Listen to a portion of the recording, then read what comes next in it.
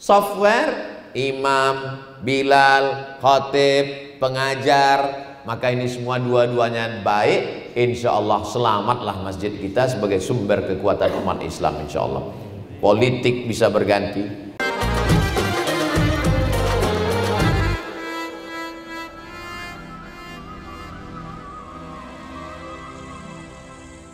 Bismillahirrahmanirrahim. Assalamualaikum warahmatullahi wabarakatuh.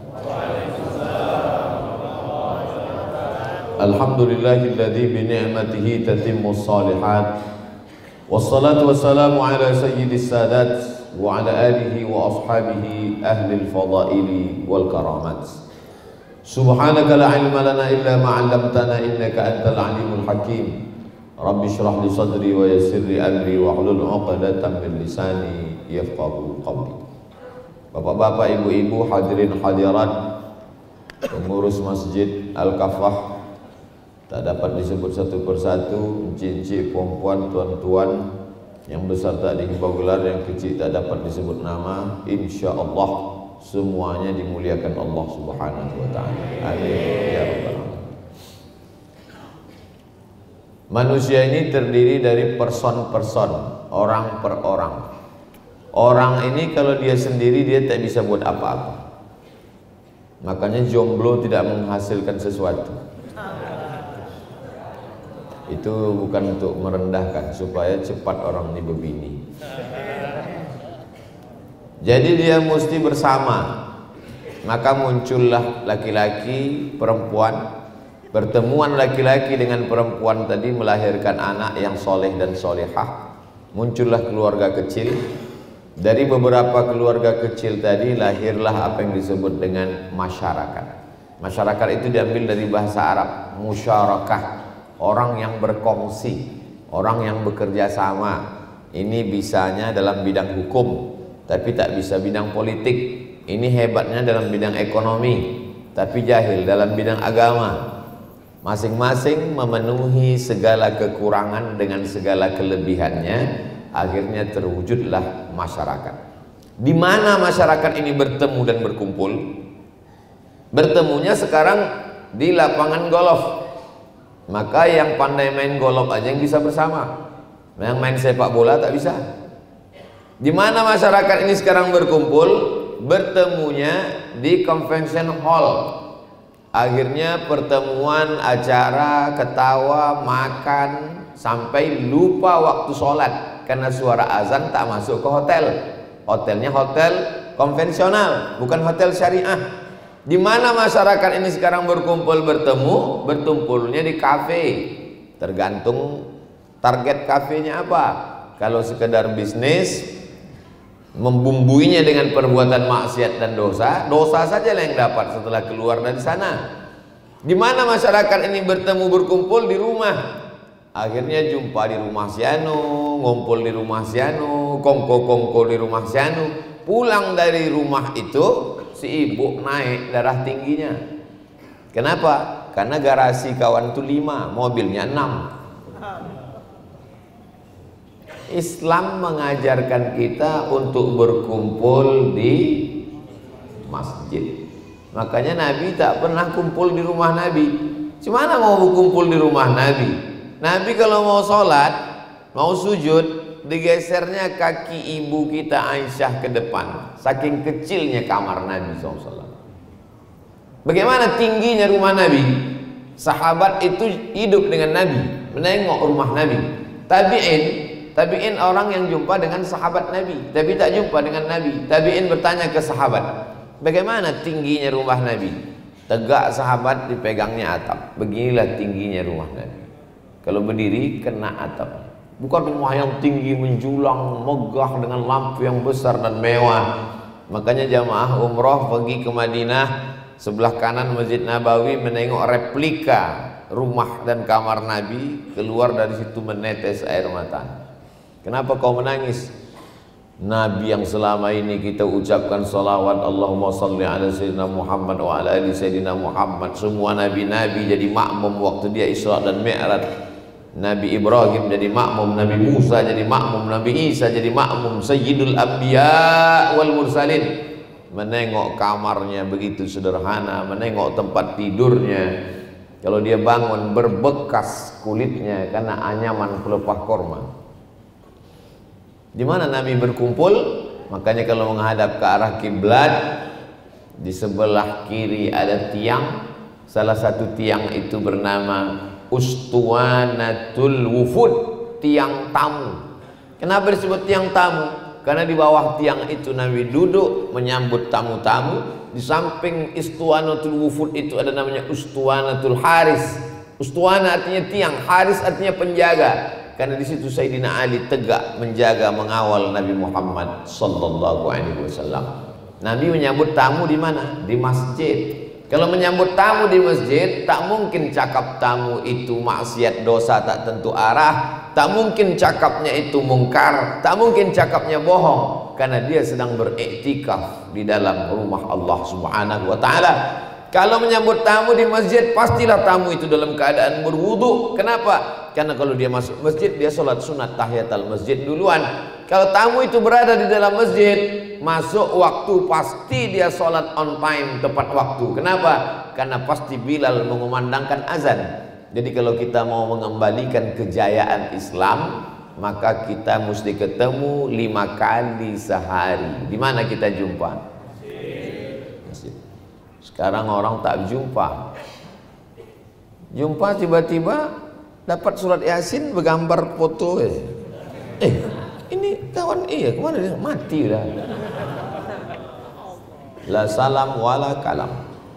Dulu masih jumpa lagi, anak saya nikah, jumpa itu menantu kau. Oh iya, mirip macam Pak Anu, memang keponakan dia, macam anak dia itu. Oh, zaman sekarang nikah, jumpa pun tak bisa bercerita. Mau bertanya, itu anak siapa? Apa? Itu anak siapa? Kenapa? Suara musik, bang, bang. La salam wala kalam. Datang foto balik. Tak ada lagi silaturahim. Zaman dulu masih sempat lagi datang, waktu zaman keyboard tunggal. Sekarang tak ada datang lagi. Main kirim ucapan aja. Si anu anaknya nikah, barakallahu lakuma wa baraka alaikuma wa jama'a bainakuma fi khair. Si anu anaknya lahir, barakallahu laka fil mawhub wa syakartal wahid wa razaqta birrahu wa balagha asyuddahu. Ustaz Samad tolong kirim ucapan anak akikah. Ustaz Samad tolong kirim ucapan nikah. Ustaz Samad tolong kirim ucapan mati. Ustaz Samad tolong kirim ucapan pindah rumah baru. Orangnya tak pernah jumpa. Mau dibawa kemana hubungan kita ini? Makanya kalau mau menguatkan ikatan hati, maka kita mesti kembali kepada sunnah Rasulullah SAW. Bagaimana sunnahnya? Datang ke masjid sehari 5 kali. Assalamualaikum warahmatullahi. Assalamualaikum warahmatullahi. Oh, masih ada dia. Si anu kenapa tak pernah datang? Dulu selalu di masjid ini. Alhamdulillah rezekinya udah lancar. Rupanya kalau susah ke masjid, kalau senang tinggal masjid. Alhamdulillah. Masjid Al-Kaffah, betul. Al-Kaffah. Ya ayyuhalladzina amanu, hai orang yang percaya kepada Allah, percaya kepada Rasulullah sallallahu alaihi wasallam. Udkhulu fi silmi, masuk ke dalam Islam. Kaffah. Bahasa Arab. Kalau bahasa kitanya kabeh. Kabeh. Semuanya secara keseluruhan. Jangan masuk Islam itu cuma 3 saja. Lahir akikah, nikah walimah, mati takziah. Ikut jenenge ora kabeh. Kalau mau kafah secara keseluruhan, dari mulai tempat bertemu, berkumpul, berkenalannya di masjid. Alhamdulillah. Di mana kau kenal Ustaz Somad? Di masjid. Maka setiap ke masjid ini dia ingat, oh inilah Masjid Al-Kafah pertama kali kami jumpa Ustaz Somad. Jangan sampai kita pertama kali jumpanya, ayah itu kawan ayah. Ya, di mana ayah pertama kali jumpa sama dia? Kami sama-sama mabuk dulu, sama tangkap Satpol PP. Siapa yang tak punya dosa? Siapa yang tak punya silap dan salah? Masa lalu kita tinggalkan, yang akan datang kita perbaiki. Setiap langkah kaki kita ke tempat maksiat dan dosa di masa lalu, kita tebus dengan memperbanyak langkah kaki ke masjid. Langkah yang pertama menghapus dosa, langkah yang kedua mengangkat derajat. Kalau dulu kaki ini dilangkahkan ke tempat maksiat, dosa, mabuk, khamar, sakau, narkoba, ganja, maka hari ini dilangkahkan ke kaki, ke tempat yang paling mulia, permukaan bumi yang paling mulia, masjid. Itu makanya dalam mazhab Syafi'i yang paling afdal sholat Idul Fitri dan sholat Idul Adha di masjid. Mazhab yang lain mengatakan di tanah lapang, tapi tidak ada benturan antara mazhab Syafi'i dengan mazhab yang lain. Mengapa di tempat lain itu, di mazhab lain tanah lapang? Karena ketika itu masjid kecil-kecil, maka kalau dibuat di masjid tak banyak jamaah yang bisa tertampung. Tapi zaman sekarang masjid besar, megah, mewah dan cantik, maka kita mesti kembali ke masjid. Bercita-citalah umat ini jangan mati sebelum membangun masjid. Buat masjid atas nama ayah, buat masjid atas nama ibu, buat masjid atas nama istri, buat masjid atas nama suami, buat masjid atas nama siapapun. Tak boleh buat masjid atas nama orang, Pak Ustadz. Tengok Masjidil Haram, Masjid Nabawi, mana ada nama orang? Subhanalladzi asra bi'abdihi laila minal masjidil haram ilal masjidil aqsa. Makanya kalau jalan agak jauh-jauh sedikit, pikniknya kurang jauh. Coba kalau ke Mesir. Di Mesir, masjid yang tertua pertama kali dibuat oleh sahabat Nabi yang menjadi gubernur Mesir pada zaman Khalifah Amirul Mukminin Umar bin Khattab, namanya Amr bin As. Maka masjid yang tertua nama Masjid Afrika Utara, masjid pertama didirikan, itulah dia Masjid Amr bin As. Panjang umur, sehat badan, mudah-mudahan kita umroh bisa singgah ke Mesir. Ongkos tanggung masing-masing. Disitulah ada namanya masjid tua, Masjid Amr bin As, sahabat Nabi. Tak mungkin salah, karena kalau sahabat Nabi salah, mereka orang mulia, mereka orang salaf. Salaf artinya yang hidup 3 abad pertama. Khairul qurun qarni, sebaik-baik abad abadku. Tsummal ladzina yalunahum, 1 abad sesudah itu. Tsummal ladzina yalunahum, 1 abad sesudah itu. Jadi kalau disebut istilah salaf artinya 3 abad pertama. Jadi kalau ada orang sekarang mengatakan, kau jangan ngaji sama Ustadz Somad, kita ngajinya sama Ustadz Salaf, berarti dia ini bodoh. Mana ada orang salaf hidup sekarang? Salaf itu 300 tahun pertama zaman Nabi.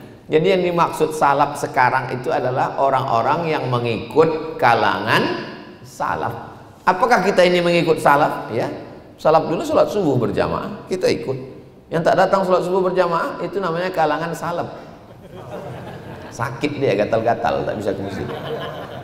Saudaraku yang dimuliakan Allah Subhanahu wa taala, maka berawal dari membangun masjid. Nabi bertolak dari kota Makkah Al-Mukarramah hari Ahad malam Senin.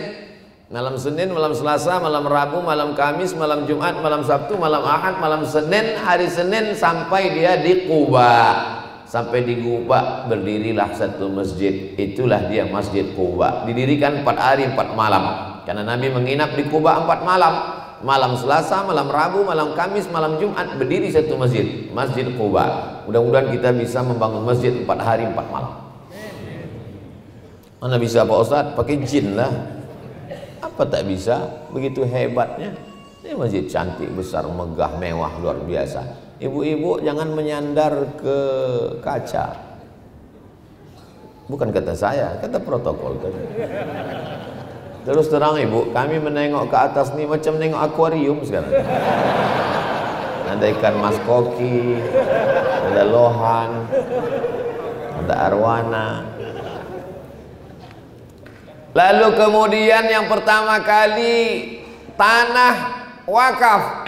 Makanya berlomba-lombalah mereka pada hari Jumat. Bertolak dari Quba hari Jumat, malam Selasa, malam Rabu, malam Kamis, malam Jumat. Jumat pagi menjelang siang bertolak Nabi SAW bersama sahabat menuju Yathrib. Yathrib artinya tanah banyak penyakit, tanah banyak kuman, tanah tandus. Yathrib dirubah Nabi nama itu menjadi Al-Madinah Al-Munawwarah. Al-Madinah kota, Al-Munawwarah yang terang benderang dengan cahaya. Itulah mengapa dia disambut dengan Tala'al Badru alaina, sudah terbit bulan purnama. Malam gelap gulita, tak nampak apa-apa. Begitu terbit bulan purnama, terang benderang. Disebutlah dia dengan Al-Madinah Al-Munawwarah.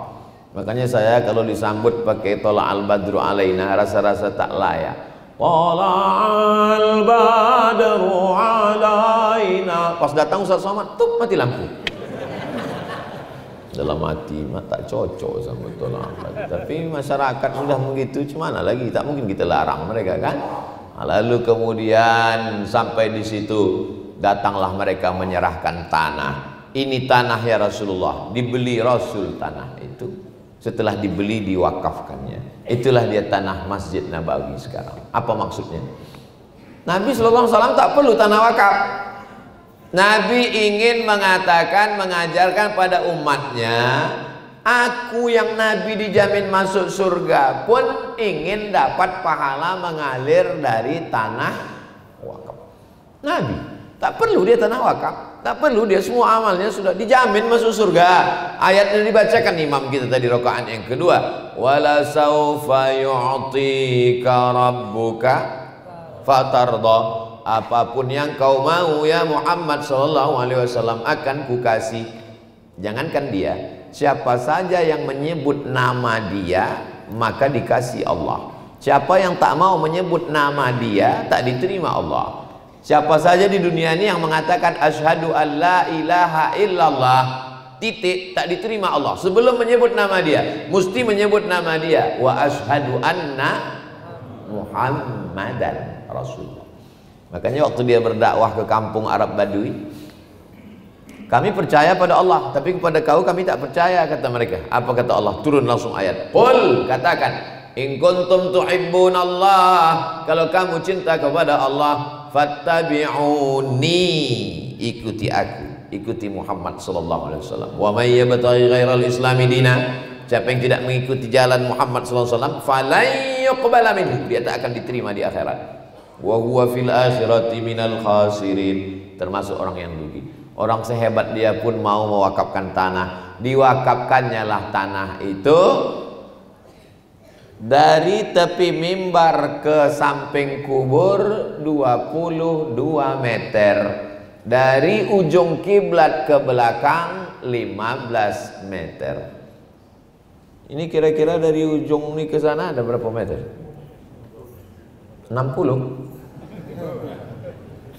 22 meter ke belakang 15. Itulah yang disebut Nabi ma baina baiti wa minbari, antara rumahku, rumah Nabi sebelah kiri, wa minbari, mimbarku sebelah kanan, raudhatun min riyadil jannah, salah satu dari taman-taman surga.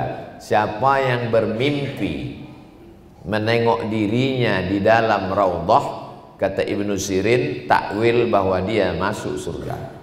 Ada jamaah WA, Ustaz Somad, malam tadi saya mimpi. Apa mimpinya? Mimpi nampak saya, diri saya itu sedang sholat di taman raudhah. Apa artinya Pak Ustaz?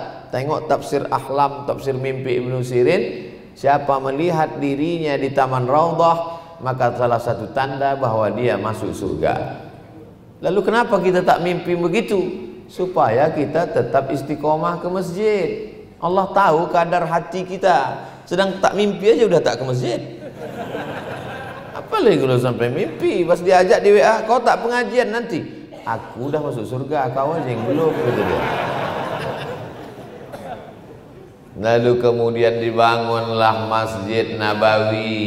Bukan secanggih Masjid Al-Kafah nih cantiknya. Lantainya pasir, dindingnya labin batu yang dicetak dari tanah liat, tak dibakar, disusun-susun saja.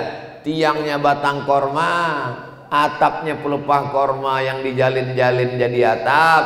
Lalu kemudian sholatlah mereka di situ. Makanya dalam hadis tentang Lailatul Qadar, malam itu hujan rintik-rintik, basah. Waktu sujud, bangkit dari sujud itu nampak tanah melekat di kening Nabi sallallahu alaihi wasallam. Makanya dalam hadis dikatakan man la'ibal hasa faqad lagha. Siapa yang main-main batu waktu khutbah di atas mimbar, maka sia-sia Jumatnya. Orang yang tak ngerti, kok main-main batu? Apa maksud orang? Orang yang tak paham langsung, main domino juga orang juga tadi. Bukan batu itu. Yang dimaksud main batu di situ karena waktu itu belum pakai semen, belum pakai keramik, belum pakai pasir, belum pakai karpet. Lantainya itu pasir. Jadi waktu mereka sholat itu di atas pasir itu ada batu. Asik main-main batu. Kata Nabi, man la'ibal khassa faqad lagha. Siapa yang asik main batu sampai tak mendengarkan khutbah, maka sia-sialah khutbahnya. Sekarang orang tak main batu, main handphone. Berapi-api Ustaz khutbah. Dia asik main handphone. Di fotonya pula Ustaz tuh. Langsung update. Lama kali khutbahnya. Datang kawan di sebelah lain pula. Begitu khatib naik, dia pun langsung tertunduk. Begitu selesai khatib, barakallahu li wa lakum fil Qur'anil azim wa nafa'ani wa iyyakum bima fihi minal ayati wa dzikril hakim. Langsung tuh bangun. Berbisik pula tuh. Pendek kali khutbah. Berjumpalah dua orang sama-sama error di masjid itu. Terus ditanya, apa isi khutbah itu tadi? Takutlah kepada Allah. Memang itulah rukun khutbah. Tapi syukur jugalah ngasih sembahyang yang dua orang. Yang lain itu tak sembahyang sama sekali. Betul kan? Apa pula betul? Kalau menengok masalah urusan dunia memang betul nengok ke bawah, tapi kalau masalah urusan akhirat ditengok ke atas. Orang yang paling istiqamah, orang yang paling khusyuk, orang yang paling tawadhu, orang yang paling dekat kepada Allah Subhanahu wa taala. Begitu cara standar dalam iman dan ibadah. Mudah-mudahan kita diberikan Allah istiqamah. Tanah ini diwakafkan. Zaman dulu mewakafkan tanah cukup dengan akad. Aku wakafkan tanahku ini 2 hektar untuk pembangunan masjid beserta komplek pendidikan tunai.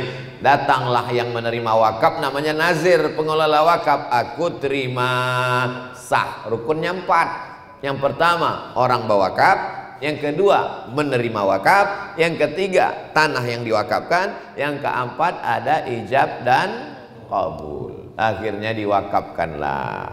Hari berganti musim berubah. Dulu tanah itu murah, sekarang rupanya dibangun mall, kondominium, ada gedung tinggi menjulang, strategis. Harga tanah melambung semeter 10 juta. Kalau 10 juta semeter, 1 hektar berapa itu? Banyak lah pokoknya. Lalu kemudian atuknya mewakafkan tanah, cucunya menjual tanah. Untuk menghindari itu akhirnya pemerintah Republik Indonesia mengeluarkan undang-undang wakaf. Maka semua tanah wakaf mesti dicatatkan ke kantor urusan agama kecamatan. Yang bertindak sebagai camat wakaf itu Pak Kua. Maka yang belum mengurus segera urus ke kantor KUA terdekat. Ini saya kasih tahu penting, mana tahu beberapa hari ini bapak tuh ke kantor KUA, ibu jangan marah. Abang mau kemana nih bang? Ke kantor KUA. Apa? Mereka ini mengurus tanah wakaf, bukan menambah. Bukan menambah tanah wakaf maksudnya, mengurus tanah wakaf nih. Masuk jam 8, jam 10, jam 11 keluarlah surat. Nama suratnya Akta Ikrar Wakaf. Jadi yang berwakaf dan yang menerima wakaf bertemu di kantor KUA, disaksikan Pak KUA, akad langsung di situ. Ustadz kok tahu? Saya sudah mengurus bersama kawan saya Akta Ikrar Wakaf. Keluar surat Akta Ikrar Wakaf. Kalau sudah ada itu, cucu-cucu anak menantu yang tadi resek menengok tanah wakaf datuk nenek moyang tadi tak akan berani. Kalau berani juga Pak Kapolres sudah siap menangkap. Ambillah tanah datuk kalian, biar tangkapnya kalian.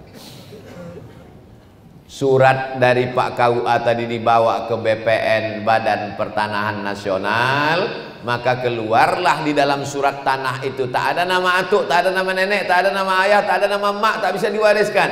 Maka keluarlah dia pemilik. Kata Pak Kanwil, Ustadz Somad, coba Ustadz tengok nih, kata Pak Kanwil, saya sebut ceramah di Kanwil, tunjukkannya. Nah, ini contoh suratnya itu Pak Ustadz.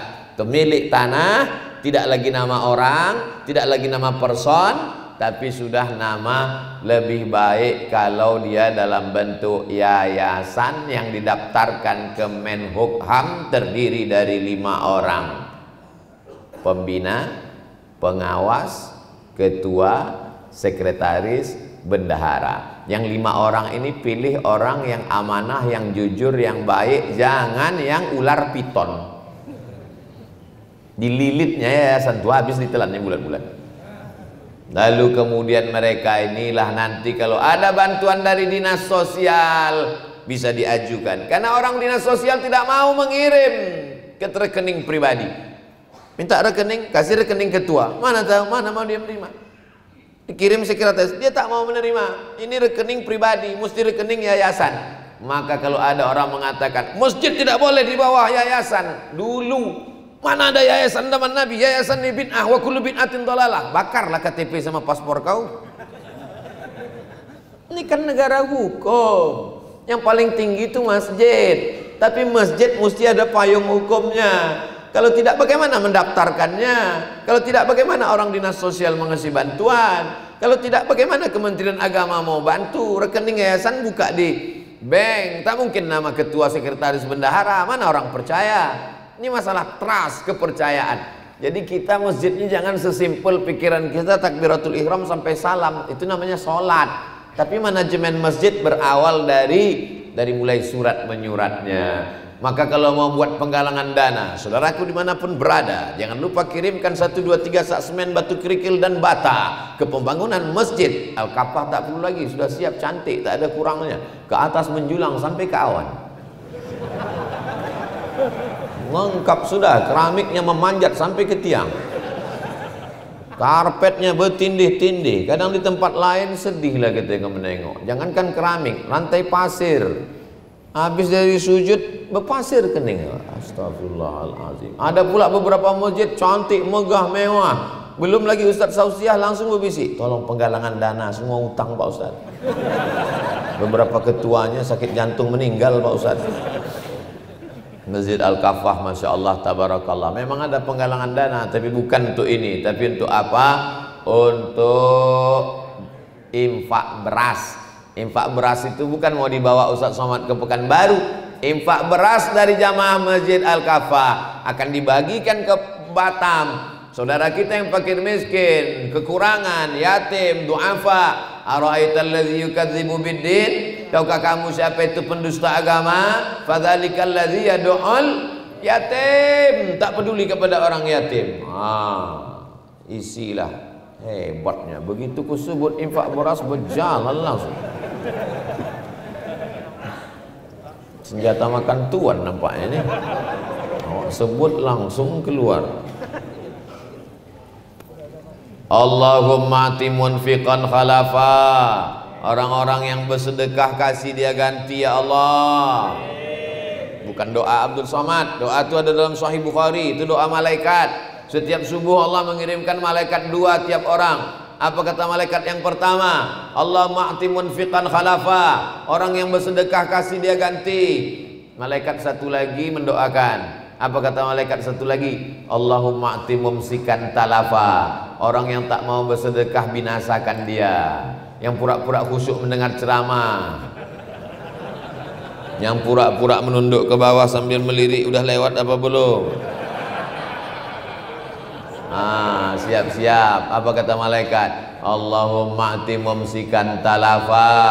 Binasakan dia ya Allah. Saya tak ada nyuruh, saya tak ada ngajak. Terserah aja, mau sedekah sedekah, mau tidak tengok aja lah nanti. Dan memang yang dibinasakan itu kecil-kecil dulu. Pertama selop hilang, habis itu helm hilang, lama-lama laki hilang. Bapak Ibu yang dimuliakan Allah Subhanahu wa Ta'ala, setelah berjumpa dalam masjid, tahulah kita banyak yang di masjid ini tak sama, rambut sama hitam, nasib macam-macam. Ada yang kaya, ada yang miskin, ada yang berkuasa, ada rakyat jelata, ada orang yang alim, ada yang jahil. Tapi yang paling mulia adalah orang yang paling takut kepada Allah Subhanahu wa Ta'ala. Yang berkuasa jangan bangga, karena kekuasaan akan hilang. Yang kaya jangan sombong, karena harta akan sirna. Yang kekal abadi hanyalah iman dan amal soleh. Illalladzina amanu wa amilus solihat. Sekarang yang sholat ke masjid tak banyak. Yang sholat di masjid itu pun tak peduli entah siapa kawan-kawannya. Datang, sholat, salam kanan kiri balik. Tak tahu dia siapa jamaah. Makanya sahabat dulu dipersaudarakan Nabi. Dicarinya yang Arab, dicari yang tak Arab, dicari yang orang Makkah, dicari orang Madinah. Oh, ini orang Makkah namanya Abdurrahman bin Auf. Dipersaudarakan sama orang Madinah namanya Sa'ad bin Rabi. Sa'ad bin Rabi ini bisnismen, orang kaya, pedagang. Didekatkan sesama pedagang juga supaya ngomongnya nyambung. Abdurrahman bin Auf, ya, sini. Ini Sa'ad bin Rabi, sini. Sama-sama orang kaya. Cuman Abdurrahman bin Auf ini mantan orang kaya karena waktu dia pindah dari kota Makkah tinggal semuanya. Harta benda semua tinggal sebatang kara. Dipersaudarakan Nabi. Apa kata Sa'ad bin Rabi? Abdurrahman bin Auf, rumahku banyak, kau pilih mana, ambil satu. Waktu itu belum turun ayat membatasi, maaf, waktu itu mereka poligaminya unlimited, tak berbatas banyak bini itu, 10, 20, 100. Maka turunlah ayat membatasi, fankihu ma tabalakum minan nisa'i masna wa sulasa wa ruba'. Ayat itu turun menyuruh mengurangi, bukan menyuruh menambah. Ini mesti bapak-bapak nih bu, banyak yang hafal ayat ini, tapi dia tak tahu kronologis sebab ayat ini. Ayat ini bukan nyuruh menambah, tapi menyuruh mengurangi. Biar agak tenang hati ibu ini sedikit. Lalu kemudian apa kata Sa'ad bin Rabi? Abdurrahman bin Auf, kau saudaraku, kau pilihlah mana yang kau mau, nanti ku ceraikan, habis iddahnya nikah sama kau. Apa kata Abdurrahman bin Auf? Barakallahu laka fi malik, semoga Allah berikan berkah pada rumah-rumahmu. Wa barakallahu fi ahlik, semoga Allah berikan berkah pada keluarga, istri, anak-anakmu. Dullani ala suqikum, tunjukkan aku di mana pasar kota Al-Madinah Al-Munawwarah, karena dia ingin berdagang, berbisnis, berusaha. Begitulah Nabi mempersaudarakan sahabat-sahabatnya. Ada sahabat Nabi itu bukan orang Arab, namanya Salman Al-Farisi. Farisi orang Persia, disaudarakannya sama yang Arab, namanya Abu Darda. Salman, sini. Datang Salman. Nah, Abu Darda, kalian bersaudara sekarang ya, kunjung mengunjungi, tegur sapa. Begitu makna berjamaah di masjid itu. Kenapa sekarang kita berjamaah di masjid tapi tak bangkit? Karena tak mau tahu, mau mati. Islam ini agama yang mengajarkan mau tahu dengan orang. Jangankan susah dia, jangankan dililit utang, bersinnya aja kita peduli. Asyik, yarhamukallah. Sekarang mana? Mau bersin, mau mati, itu serah kau lah, bukan urusan. Apa kenal kita semua jamaah Al-Kafah nih? Apa ada data dalam grup WhatsApp-nya? Apa pernah kita buat grup WhatsApp jamaah Al-Kafah? Pernah kita saling bertegur sapa? Pernah kita say hello? Pernah kita mau tahu kawan sedang sakit? Tiba-tiba hilang, tiba-tiba mati, tiba-tiba tak datang. Kita tak pernah mau tahu. Jadi kita perbaiki. Islam ini mengajarkan la yu'minu ahadukum, kamu belum dianggap beriman hatta yuhibba li akhi, sampai kau sayang pada saudaramu ma yuhibbu li nafsi, sama macam sayang pada diri sendiri. Akhirnya kita heran, kenapa jamaah saudara kawan-kawan kita itu kalau sudah hari libur penuh sampai ke jalan, ternyata di absen. Ada setorannya 10% dari gaji, store ke masjid, store ke tempat ibadah. Kalau tidak nanti jenazahnya tidak diurus.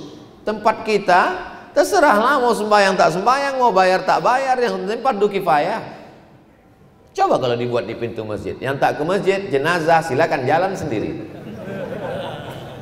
Saudaraku yang dimuliakan Allah Subhanahu wa taala, Islam ini agama yang kasih sayang. Islam ini agama yang lembut. Walaupun kau tak pernah ke masjid, tak pernah sedekah, tak pernah peduli, tak pernah datang, tapi kalau kau mati, jenazahmu tetap diurus. Yang pertama dimandikan, yang kedua dikafankan, yang ketiga disolatkan, yang keempat dikuburkan. Inilah yang membuat orang tak ke masjid. Oh, jadi kalau begitu salah ajaran Islam. Ajaran Islam tak salah, tapi orang zaman sekarang ini menyalah. Maka kita nasihatkan sama dia, bahwa engkau datang ke masjid, masjid tidak ada urusan, masjid tidak pernah perlu pada jamaah. Kitalah yang perlu kepada masjid, karena setiap tempat yang kita pijak, setiap tempat yang kita sujud bekas kening, ini akan bersaksi nanti di hadapan Allah Subhanahu wa taala. Pada akhirnya kan kita yang perlu masjid. Jamaah yang tombong, yang angkuh, tak pernah mau tahu dengan masjid. Pada akhirnya kerandanya dibawa juga ke halaman masjid, dan Pak Imam yang baik hati tadi berkata, tolong masukkan jenazahnya. Selama ini tak mau masuk ke dalam. Pada akhirnya apa kata imam? Tolong bawakan dia ke dalam. Selama ini tak mau dia berada di belakang imam. Tapi apa kata imam? Tolong letakkan dia di muka aku. Jangan ke masjid sesudah terbujur kaku. Jangan ke masjid setelah terbaring dipikul orang. Jangan ke masjid tak mau di belakang imam, diletakkan di depan imam. Pak imam baik, dizikirkannya, didoakannya, diantarkannya ke jenazah. Setelah itu serahkannya ke malaikat mungkar nakir. Nah, antam kalian lah katanya. Saudara yang dimuliakan Allah Subhanahu wa taala. Jadi kepedulian kita ini, kalau ada grup alumni SD, grup alumni SMP, grup reunian SMA, grup kongko-kongko ketawa-ketawa, kenapa tak ada grup masjid? Alhamdulillah Pak Ustadz, grup masjid kemarin udah kami buat. Terus 2 bulan yang lalu bubar. Kenapa? Asik berkelahi aja isinya dalam. Ada apa dengan persaudaraan kita? Assalamualaikum Pak Haji. Waalaikumsalam. Kalau tak salah saya pernah ke masjid ini dulu. Iya Pak Ustadz. Pak apa dulu yang bawa saya kemari ya? Oh Pak Anu Pak Ustadz. Mana Bapak tuh sekarang? Sejak tak terpilih jadi ketua tak pernah datang lagi Pak Ustadz. Apa ini? Ketua partai bisa akrab, ketua osmas bisa berjalan bersama. Kenapa pula ketua masjid tak datang-datang lagi ke masjid Merajuk? Buat masjid baru pula tuh. Jadi memang masjid ini punya Allah. Wa annal masajida lillah. Masjid ini punya Allah. Tapi pengurusnya mengurus dari mulai keran airnya, listriknya, kebersihannya mesti ada. Masjid ini Masya Allah tabarakallah. Saya terus terang, kulit saya ini tipis, tak tahan terlalu dingin. Masuk tadi ke masjid ini rasa masuk pesawat. AC di mana-mana. Bagus sekali masjid ini. Kadang di tempat lain tak terdengar suara ustaz itu, saking banyaknya kipas angin. Tapi di sini tak terlalu ada, tak ada malah kipasnya, AC-nya mantap luar biasa. Kalau bisa beginilah semua masjid di Indonesia, apa tak tenang kita ceramah? Tenang kita ceramah. Tapi apa mau dikata? Masjid ini tak sama nasibnya, macam-macam. Bangga pengurus masjid hari Jumat. Dengan ini kita umumkan bahwa kas masjid kita hari ini 500 juta, 500 miliar, sambil mendongakkan telinga, hidung ke atas. Sementara masjid di sebelah mengumumkan pula, masjid kita Bapak Ibu hari ini terutang 300 juta. Kurus-kurus lah pengurus itu semuanya. Masjid yang banyak kas tadi, tangannya kalau berdoa di atas paha. Masjid yang banyak utang tadi, ketua sama sekretaris bendahara, ya Allah. Apa ini? Padahal ini semua milik umat. Tidak ada masjid di kapling-kapling. Mestinya masjid punya masjid binaan. Masjid besar, masjid mewah, masjid megah punya masjid binaan yang berada di bawah atap payung masjid. Karena umat ini satu. Hazihi ummatukum ummatan wahidah. Tuhannya satu. Qul huwallahu ahad. Nabinya satu. Asyhadu anna Muhammadan Rasulullah. Kiblatnya satu. Fawalli wajhaka syatral masjidil haram. Kenapa hati kita terbagi-bagi? Kenapa kita tidak bersatu? Memahami pemahaman yang benar tentang pengurus masjid. Tapi jangan gara-gara saya bilang masjid ini punya Allah, lalu masyarakat seenaknya saja tidur pula di masjid. Pas ditanya, kenapa kau tidur di masjid? Kenapa kau masjid punya Allah? Masjid ini punya Allah, tapi mesti ada aturan-aturannya. Masjid Nabawi pun ditutup malam. Masjidil Haram betul terbuka 24 jam. Masjid Nabawi tetap ditutup. Ada aturan, ada ikatan, ada pasal dibuat di ART untuk apa? Menjaga ketertiban kita bersama. Lalu kemudian program-program masjid. Imam amat sangat berpengaruh. Nyaman kita subuh ini, bacaannya, makharijul hurufnya, panjang pendeknya, tumak ninahnya. Sabbih isma rabbikal a'la allazi khalaqa fasawwa. Di beberapa masjid tolak-tolakan orang. Siapa yang maju mau maju, maju ke depan. Saking kan banyak yang menolaknya, duluan pula kepalanya dari kaki, akhirnya maju dia ke depan. Bismillahirrahmanirrahim. Ijaza'ana. Tak ada zat. Apa itu? Hebatnya Masjid Al-Kafah ini, asal terbit matahari berbunyi. Itu tadi tanda bahwa matahari sudah terbit. Kalau terbit matahari itu tidak boleh sholat, karena waktu terbit matahari itu disitulah mereka menyembah Lata, Uzza, Manat, Hubal, Jibti, Taghut, Naham, Tuhan-Tuhan berhala orang kafir musyrik. Begitu terbit matahari, mereka pakai untuk menyembah Tuhan. Apa pelajarannya? Bahwa orang musyrik jahiliyah bangun pagi. Jadi kalau ada orang Islam sekarang bangun jam 8, kata Abu Jahal, parah kau lagi dari aku, kata dia. Abu Jahal, Abu Lahab jam segini udah terbangun. Dan Tuhan yang disembahnya itu banyak. Lata, Uzza, Manat, Hubal, Jibti, Taghut, Naham. Ada yang terbuat dari kayu, dari batu, dari perunggu, dari emas, dari perak, dari roti pun ada. Dibuat mereka Tuhan itu dari tepung gandum, dikasih minyak samin, minyak sapi, minyak onta, minyak lembu. Setelah itu lalu kemudian dibuat adonan, dibuat bentuknya gambar orang sedang duduk. Disembah mereka. Oh Tuhan, pas lapar perut dicuilnya Tuhan. Maka disebut mereka jahiliyah. Jahil itu bukan bodoh artinya. Mana pula bodoh? Mereka itu ekspor impor, eksportir importir. Mereka itu bisnismen. Mengapa disebut jahil? Karena dalam masalah Tuhan dia jahil. Sama macam sekarang. Ustaz Somad, masih ada orang jahiliyah sekarang? Ada. Profesor, doktor, jenderal, penguasa, orang kaya, tapi percaya sama dukun. Kan bongak aja. Bodoh, dibodoh-bodohi dukun. Ketahuan semuanya. Mau ngamuk dukun-dukun. Kalau memang betul dukun itu bisa menyantet, kenapa lapor polisi? Apa tak santet aja, bantai aja semua? Nampak betul bodoh. La ilaha illallah Muhammad Rasulullah. Jahil, jahil. Ini ustaznya emosi atau marah? Agak lapar sedikit. Nah, jadi ini manusia sekarang, zaman dulu kan tak ada jam. Jadi mereka dikatakan terbit matahari di agak-agak setinggi tombak. Untuk melewatkan waktu menyembah berhala tadi biar tak sama kita dengan mereka, baru boleh sholat sunat di agak-agak setinggi tombak. Jadi matahari naik setinggi tombak setelah diukur menurut ilmu astronomi 12 menit. Biasanya orang menggenapkannya 15 per 4 jam biar mudah. Jadi waktu terbit tadi jam 6.02 tambah 15 berarti jam 6.17 barulah boleh kita sholat sunat isyraq. Usalli sunnatal isyraq raka'ataini lillahi ta'ala. Imam berpengaruh, muazzin berpengaruh. Terus terang masjid ini Masya Allah, mentang-mentang Ustaz di sini Ustaz puji, enggak. Saya kalau memang cocok saya lanjutkan, kalau memang tidak azan. Tenang kita mendengar azan. As-salatu khairum minan naum. Katanya tak boleh panjang Pak Ustaz. Apa pula tak boleh panjang? Apa pula tak boleh panjang? Tengok, li'ilafi Quraisy. Kan panjang kan? Ilafihim rihlatasy syita'i was-shaif. Falyabudu rabb hadzal bait alladzi at'amahum min ju' wa amanahum min khauf. Itu dalil naum itu boleh panjang. Karena khauf dengan naum sama. Tapi ada yang mengatakan tak boleh panjang.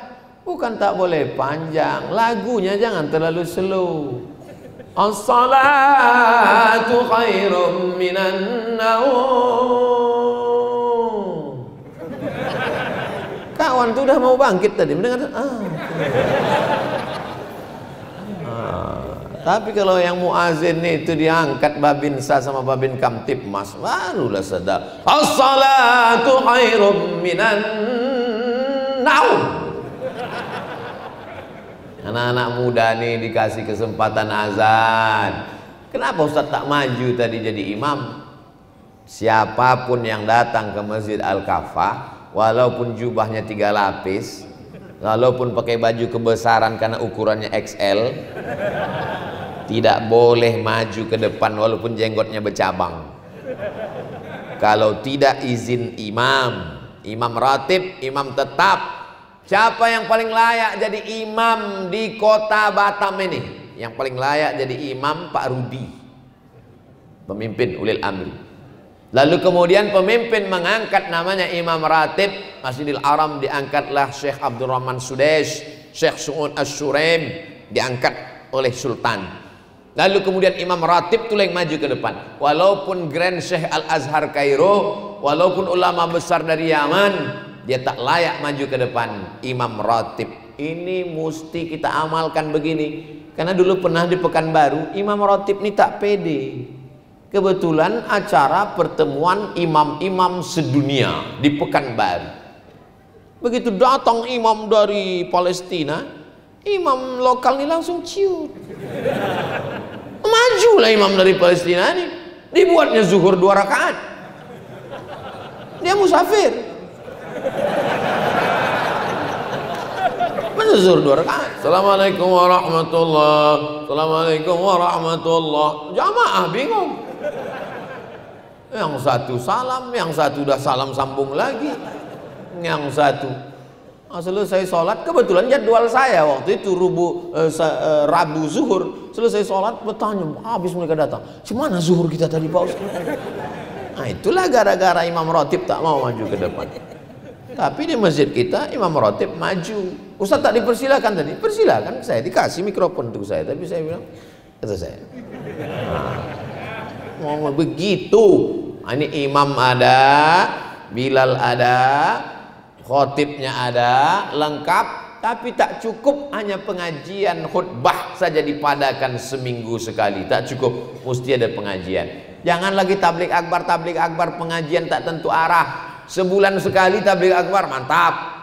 Malam Ahad dibuat tablik akbar supaya anak muda jangan pergi keluyuran tak tentu arah, mantap. Apalagi ini kota Batam cantik indah luar biasa, tempat nongkrong banyak, koko-koko kafe. Buat pengajian tablik akbar malam Ahad, Sabtu malam Ahad, supaya tak ada alasan anak muda pacaran. Assalamualaikum sayang. Waalaikumsalam. Jadi kita jalan nanti malam, tak ada jalan-jalan lagi, pengajian di Al-Kafah. Jadi hubungan kita gimana? Kuputuskan kau, kupinang kau dengan bismillah. Begitu dia, jangan main putus-putus saja. Jangan kau sia-siakan anak orang. Nanti dibawa bapaknya ke rumah sakit, detektor logam, rupanya cap jempol semua di badannya. Lalu kemudian buat pengajian tuh baca kitab macam Masjid Al-Kafah ini, bukan sekedar ngaji ngomong tak tentu arah, baca kitab. Apa nama kitabnya? Bulughul Maram.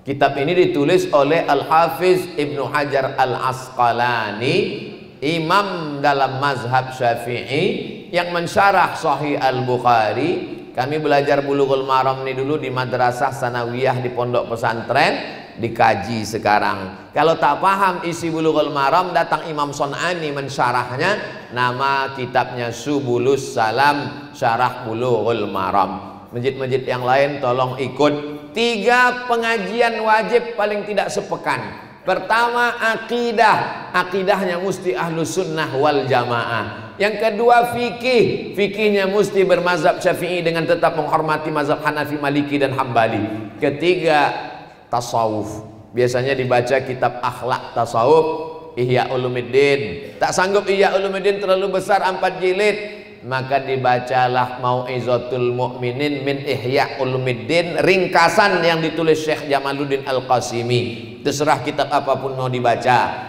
Akidah, fikih, akhlak, barulah kajian tafsir. Pilih tafsir paling simpel, pendek, singkat, Jalalain. Hadis paling sikit, Arba'in. Khatam Arba'in, Riyadus Shalihin. Khatam Riyadus Shalihin, Al-Azkar. Terserah kitab apa mau dipakai. Sahih Bukhari Pak Ustadz 7.275 hadis, 2 gendangnya. Kalau tak kitab tuh khatam, kau khatam. Nah, Bulughul Maram. Hadiri dan ikuti majelis ilmu kajian muslimah. dengan ijazah sanad riwayat bersambung kepada penyusun kitab. Jadi dari ustadz yang mengajar bersanad bersilsilah sampai kepada Imam Al-Hafiz Ibnu Hajar Al-Asqalani. Beruntung betuah ibu-ibu, kajian bapak-bapak dibuat pula sama, khusus anak muda. Kadang saya tanya juga anak muda nih, kenapa lah kalian tak mau ke masjid? Kami ini Pak Ustadz mau ke masjid, cuma beberapa kawan kami yang ke masjid meninggal. Sebetulnya itu tak ada hubung kait, kebetulan aja anak muda itu meninggal. Cuman pengurus ini pula tak mengerti perasaan anak muda. Sudahlah banyak anak muda meninggal, diletakkan pula lah keranda jenazah di depan pintu. Ada di beberapa masjid saya tengok gitu, masuk kita nampung, kan masjid horor gitu. Masjid apa tuh? Tak ingat anak muda tuh, masjid Al-Ikhlas, masjid Al-Kafah, masjid apa? Masjid horor itu katanya. Letakkanlah agak di belakang. Kenapa kalian anak muda ini tak mau ke masjid? Kami ini Pak Ustadz mau ke masjid. Tolonglah ceritakan tentang bahaya narkoba, negatifnya pacaran, bagaimana cepat sukses tadi, bagaimana trik bisa paham bahasa Arab dan Inggris. Itu yang kami inginkan. Ini kami sudah datang rame-rame, tiba-tiba Ustadz itu ceramah. Pengajian kita malam ini judulnya adalah malam pertama di alam barzah. Itu bukan tak penting Pak Ustadz, kami maunya dialog. Oleh sebab itu khususkan satu malam khusus untuk anak-anak muda. Yang tua boleh datang karena orang tua juga punya anak muda. Tampilkan di situ psikolog, dialog dengan bapak polisi, dialog dengan Badan Narkotika Nasional, atau di panel antara tiga, ada dari BNN, ada dari Ustadz, ada dari kepolisian, ada dari Babinsa, ada dari Babin Kamtipmas. Mungkin nanti ada anak-anak dibuat pembawa acaranya anak muda, pembaca Qur'annya anak muda, protokolnya anak muda, MC hostnya anak muda.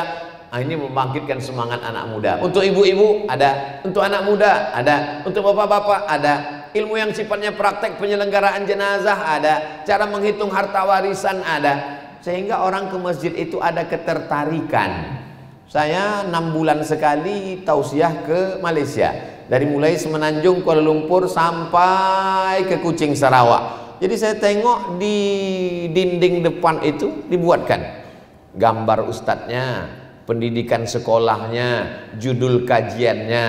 Kemudian di depan mimbar ustadz ini ditulis pula, Anda bertanya, ustadz menjawab, sila kirim number WhatsApp. Jadi jamaah itu tahu dia apa yang mau ditanyakannya. Kadang dia terpikir pas mau pengajian lupa, hilang. Maka kalau ada nomor di situ dia langsung kirimkan. Cuman kadang jamaah kita ini tidak entah apa-apa dikirimkannya. Maka nomor saya tak saya kasih nomor. Dulu waktu nomor saya tersebar entah apa-apa. Ustadz bisa Ustadz jadikan aku yang kedua, katanya pula. La ilallah Muhammad Rasulullah. Jadi kalau nomor itu nomor tim sahabat UAS, nomor tim media. Maka ini supaya jamaah, mungkin dia malu kalau angkat tangan untuk tanya jawab masalah hidup. Lebih pengajian itu pada konseling, konsultasi, masalah warisan, masalah keluarga, masalah iman, masalah hati, masalah kurang semangat, masalah diganggu jin. Ustadz Somad suami saya ini tak sholat, akhirnya saya bawalah Ustadz Ruqyah. Pas dibacakan ayat kursi tak ada respon Pak Ustadz. Kenapa tuh Pak Ustadz ya? Karena laki kau tuh memang bukan digoda setan. Kata setan, aku tak ada salah, kata dia. Memang dia tak sembahyang. Yang lebih parah pula dia dari setan lagi. Jadi memang kalau kita tidak bawa ke masjid ini hancur kacau balau. Itu maka tema subuh kita ini dibuat masjid sumber kekuatan umat, membangun sinergitas. Jadi kalau kita sudah saling kenal, nampak jamaah itu kenal, nanti ada masanya pemain-pemain naturalisasi dan cadangan berdatangan. Ada modelnya setahun sekali, itu waktu Ramadan. Ada yang modelnya 5 tahun sekali. Kalau udah berdatangan mereka tahu lagi itu, berarti udah dekat pilkada.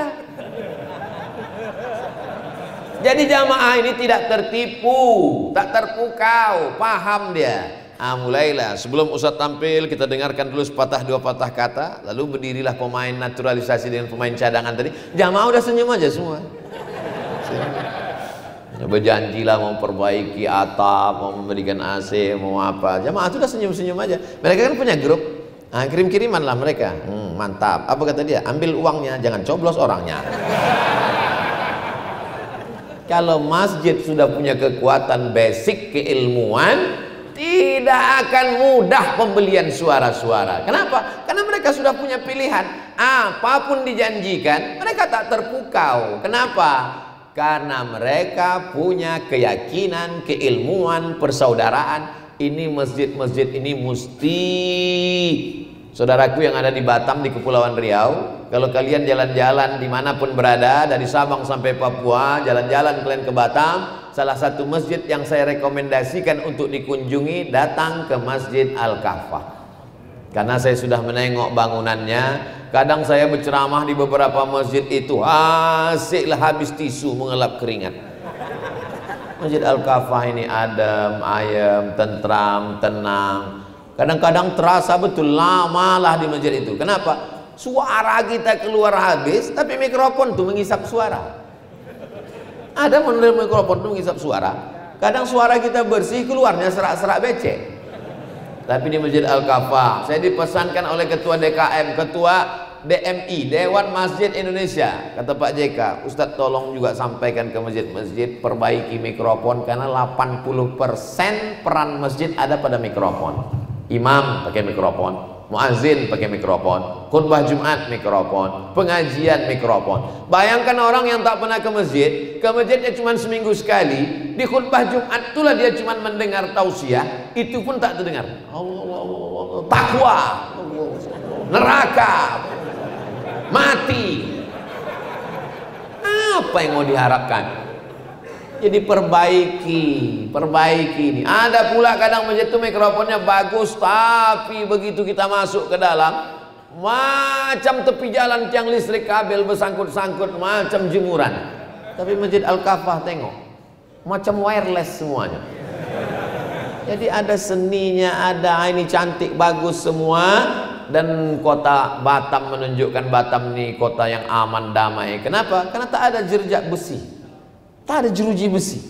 Kadang-kadang kita ceramah di masjid rasa-rasa di LP berceramah, besi kemana-mana. Ini jadi memang ini estetika, keindahan. Innallaha jamil, Allah itu maha indah. Yuhibbul jamal, dia suka pada keindahan. Perempuan letakkan di atas. Supaya apa?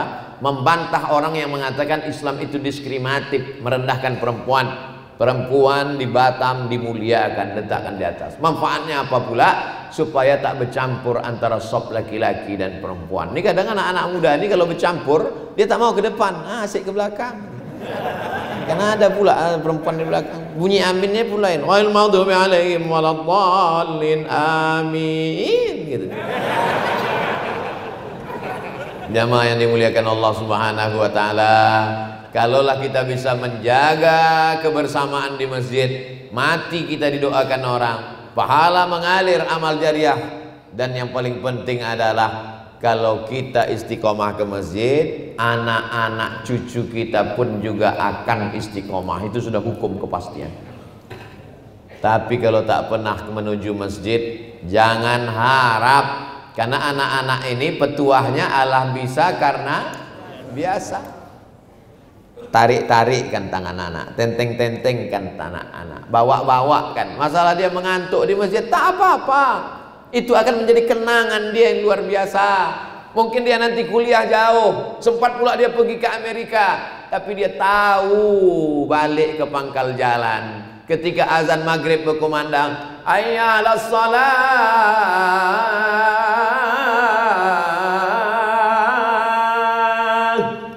disitulah saya Pak Ustadz sedang duduk di atas pentas musik mau show. Ini yang ngomong cerita ke saya ini promotor band. Semua band-band musik di Indonesia ini semua dia yang mengontrolnya. Kalau sudah show dari Sabang sampai Papua, Pak Ustadz 3 bulan tak pulang. Tak ada cerita sholat, tak ada cerita zikir, tak ada cerita baca Quran. Sampai akhirnya nanti malam mau show, pas maghrib sore itu saya duduk di atas pentas, nampak saya matahari mau tenggelam merah. Tiba-tiba teringat saya almarhum ayah saya dulu membawa tangan saya ke masjid. Itulah sebab saya tobat Pak Ustaz. Betapa kenangan masa kecil itu, memori itu berbalik dia. Ini anak-anak yang dibawa hari ini, tengok banyak anak-anak dibawa. Anak-anak ini ada memorinya, nanti akan berbalik bawah alam sadarnya itu. dia yang akan membawa anak dia pula nanti 20 tahun akan datang. Beberapa hari lalu saya dikirim video anak-anak ini ribut di belakang, entah silap bapak itu naik darah tingginya disipakkannya anak itu 3 sop ke belakang.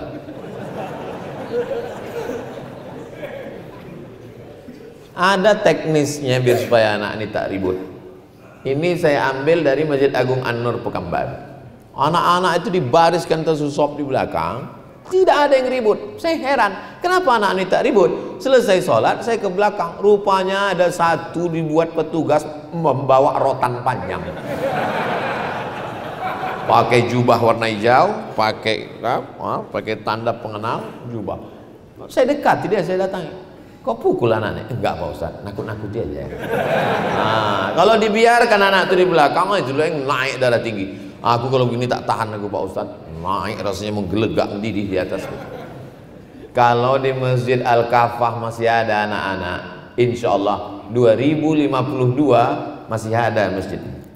Tapi kalau di masjid itu sudah tak ada lagi anak-anak, sunyi, sepi, orang-orang yang diikuti malaikat maut aja. Alamat kapal akan tenggelam. Jangan larang anak-anak ke masjid, tinggal lagi kita buatkan teknisnya aja. Pak Ustadz saya risau bapak ini diletakkannya pula anak di celah saya nih. Kata Syekh Atiyah Sokor dari Al-Azhar, bagusnya anak itu di belakang. Tapi anak kan tidak memutus sop. Anak itu tidak memutus sop syaratnya 2. Yang pertama, ujung senapan udah berpotong. Karena kalau tidak ada najis di situ. Yang kedua, anak ini toharohnya, bersucinya, tumak ninahnya udah sempurna. Kadang ada anak-anak ini belum bersunat, lalu pula wuduknya tak sempurna, dihidupkannya keran sipak-sipaknya aja air. Diambilnya air basah sikit udah. Nah, itu tak baik. Dan tak mungkin pula kita angkat satu Satpol PP di pintu untuk nengok. Ah, ini udah potong ke depan. Ah, ini belum potong belakang, kan payah. Nah, jadi untuk meninggalkan khilaf itu, anak-anak jangan bawa, itu tak bijak juga. Dibuatkan satu sop di belakang, buat satu petugas. Lalu petugas ini tak bisa lah ikut sholat Pak Ustaz. Tengoklah Masjidil Haram. Masjidil Haram itu waktu imam sholat, kan 4 petugas itu tak ada yang sholat itu ikut. Nanti selesai di ujung-ujung baru mereka sholat. Itu tidak jadi masalah, karena ini bagian dari manajemen yang baik. Karena kalau kita tidak buat begini, orang tidak datang ke masjid, tidak nyaman, tentram. Jadi 2 secara umum masjid ini. Yang pertama hardware, yang kedua software. Hardware, bangunan, keran air, tempat wudhu, fasilitas, AC, jam dinding, sound system, karpet. Software, imam, bilal, khotib, pengajar. Maka ini semua dua-duanya baik. Insya Allah selamatlah masjid kita sebagai sumber kekuatan umat Islam, insya Allah. Politik bisa berganti, muncul orde lama, tumbang, naik orde baru, tumbang, naik reformasi, berakhir. Ada yang kekal abadi. Mana dia? Istiqlal. Presiden Soekarno cerdas, dia tahu bahwa kekuasaannya akan berakhir. Dibangunnya Masjid Istiqlal sampai hari kiamat dikenang orang. Masuk orde baru, tumbang. Tapi ada yang kekal abadi. Apa dia? Masjid Muslim Pancasila, berdiri di seluruh kampung dan negeri. Orangnya mungkin hilang, tapi masjidnya tetap ada. Jadi kalau kita mau kekal abadi, bangunlah masjid. Tapi jangan pula sudah bangun masjid tak sembahyang. Kau kenapa tak sholat? Cukup dapat royalti masjid aja Pak Ustaz. Saudaraku yang dimuliakan Allah Subhanahu wa taala, itulah kajian kita pada subuh yang penuh dengan barakah ini. Mudah-mudahan kita termasuk orang yang istiqomah sholat berjamaah. Kita jadikan masjid ini sebagai kekuatan umat. Masjid tidak ada kepentingan politik, ekonomi dan pribadi. Masjid adalah membuat kita menjadi khusyuk dan tawadhu. Anak suami istri ke masjid menjadi keluarga sakinah mawaddah warahmah. Anak-anak yang dibiasakan masjid menjadi anak yang soleh dan solehah. Ada lembaga pendidikan tahfiz Quran. Tidak cukup hanya sekedar ibadah, ada pula di pembebasan tanah, ada klinik bersalin, ada klinik, ada tempat orang kesehatan, zahirnya di luar, batinnya di dalam, ada balai pertemuan, ada tempat pernikahan, sehingga orang yang nikah juga dibawa akadnya ke masjid, sehingga berawal keluarganya dari masjid.